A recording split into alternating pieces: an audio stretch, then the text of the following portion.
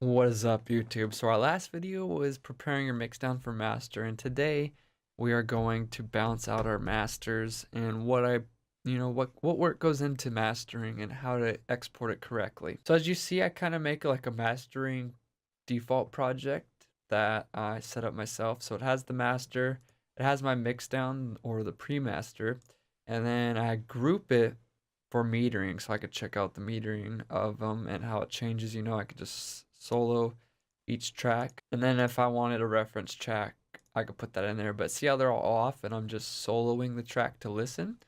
All the mastering is going on within that master rack or the master track, not on the actual master channel. That way I'm able to bounce from the master to the mix down, and then I just kind of turn up the mix down to a volume that matches the mastering, and that way when I A and B it helps, and I get a more, not louder is better, but I could hear, okay, there's about the same loudness because I turned up the mix down. What is changing? Is it for the better? And just stuff like that. So that is my mastering process.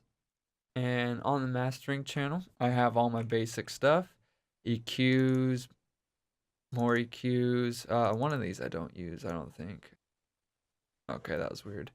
I did two different things on what could have been on one EQ. Usually I use the EQ to uh, record the reference track and then kind of match it to my song. But I didn't do that. I did a low cut and a high boost on two different EQs. So that was something you could do on one. And then I do, my multi-band dynamics, then compress the song as a whole, excite it, stereo image it, last EQ, just cut off any of the high frequencies, the low ends that I don't need, and then I double boost it into two different limiters. The first one just barely clips, and then the second one I'll push a little bit harder. But that goes into exporting our master now. So I use the diddler within the visible limiter, and they have different styles, but we're, electronic music and 24-bit. And then I will export it with this diddler. But if you're using Ableton's diddler, you would go in here and you would pick out a diddler. Notice I have no diddler because I'm using invisible limiters. I don't double diddler the song. You can normalize the song, but I haven't done it, and I don't see a reason to do it. There's not much difference. Same with the dithering. There's very minimal difference. It kind of just adds like noise to the sound. Just kind of polishes it off, I guess, the last little touch to fill out the frequencies. But you want to keep it on 24-bit, wave, or AIFF. I call it AIF, wave. Wave and AIF, even though it's WAV. WAV and AIF. But yeah, I call it wave. Wave sounds better, even though it's a WAV. And yeah, and then you just export it as a whole. There's really not much to it. It's just little basic settings that if you do too much of them, it will ruin the export. And if you have this too low, it's not going to give it clean. And 32 it's just really high end, and everything's usually 24-bit. If you see here, 24-bit, 16 and 8. If you want to keep downsampling it, but 24 is the normal thing. I think CDs go to 16-bit or something. I'm not too sure on that, but keep it at 24, export your wave, then you would go into something like Audacity and turn your wave file into an MP3 file, and then you would upload that. But nowadays that they're compressing your songs and doing all that stuff on streaming sites, you would just want to export the wave, because then they're gonna, do the compression to MP3.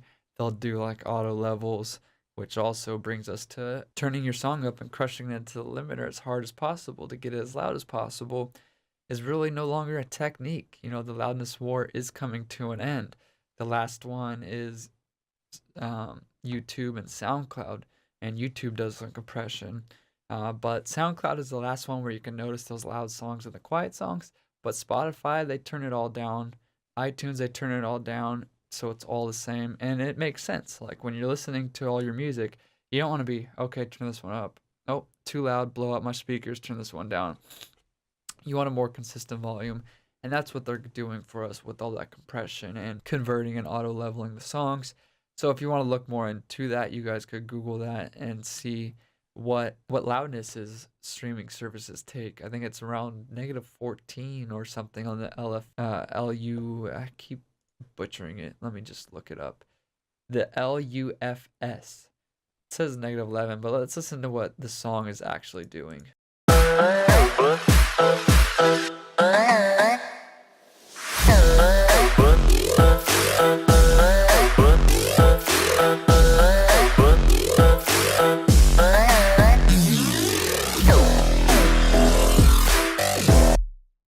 So this was a super fun song I made. If you guys want to download it and listen to it, it's on SoundCloud or YouTube, ADAY Music, and if you just look up Time Warped, that's the song. It is there for free download. But it is a little loud. So if I turn this into Spotify, they would turn it down to -14, I believe it is, or -12. But on SoundCloud, they do have it a little louder. So I'm gonna put it in on there. You know, some songs crush it all the way to -3 or something, and it's just too much. It hurts your ears and stuff like that. I would keep around this range and not go any higher. It's loud enough. And again, if you put it on Spotify, they're gonna turn it down. So if you want your song untouched on Spotify, you would look up the LUFS that they do and master your song to that level. That way it is untouched, and when it goes on Spotify, it's exactly what you made. As always, thanks for watching. Don't forget to subscribe if you haven't subscribed already. Drop us that thumbs up, and we'll see you in the next video. Peace.